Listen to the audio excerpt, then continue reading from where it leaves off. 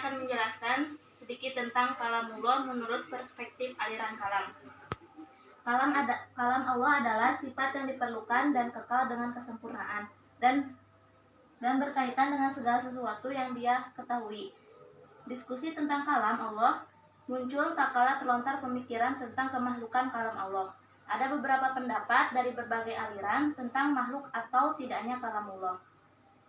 Pertama, aliran Mu'tazilah. Aliran ini berpendapat bahwa kalam Allah itu adalah makhluk, bukan sifat Allah yang qadim. Pada umumnya, Mu'tazilah memahami hakikat kalam sebagai huruf yang tersusun dan suara yang terputus-putus yang diucapkan oleh lisan. Sehingga mereka mengatakan perkataan bukanlah sifat, akan tetapi perbuatan Tuhan. Oleh karena itu, mesti diciptakan dan tidak kekal. Dengan demikian, Al-Quran tidak bersifat kekal, tetapi bersifat baru dan diciptakan Tuhan. Alasan mereka adalah Al-Quran tersusun dari bagian-bagian berupa ayat dan surat.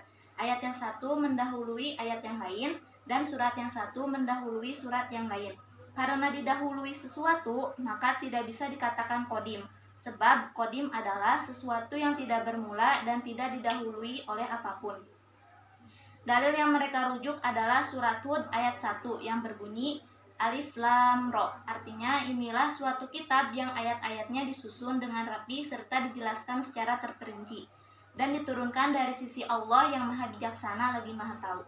Aliran kedua yaitu Asy'ariyah.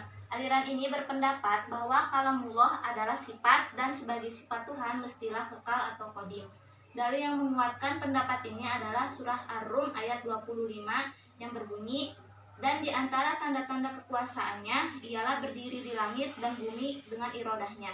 Kemudian apabila Dia memanggil kamu sekali panggil dari bumi, seketika itu juga kamu keluar dari kubur. Dalam ayat lain yaitu surah Al-A'raf ayat 45 yang berbunyi, ingatlah, menciptakan dan memerintahkan hanyalah hak Allah, Maha Suci Allah, Tuhan semesta alam. Dalil ini dalam ayat ini perintah dan ciptaan dipisahkan dan mengandung arti perintah bukanlah ciptaan.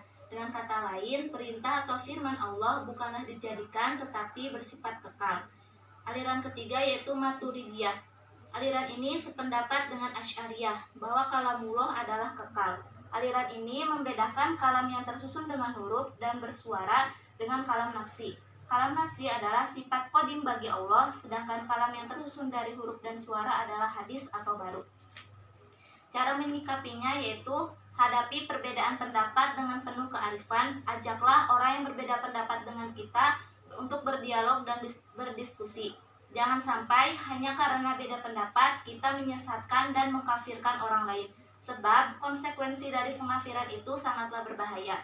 Jauh-jauh hari Rasulullah sudah mengingatkan agar tidak gampang menyesatkan dan mengkafirkan orang lain. Bahkan yang mengkafirkan orang lain, tuduhan itu akan kembali kepadanya bila itu tidak benar. Waalaikumsalam.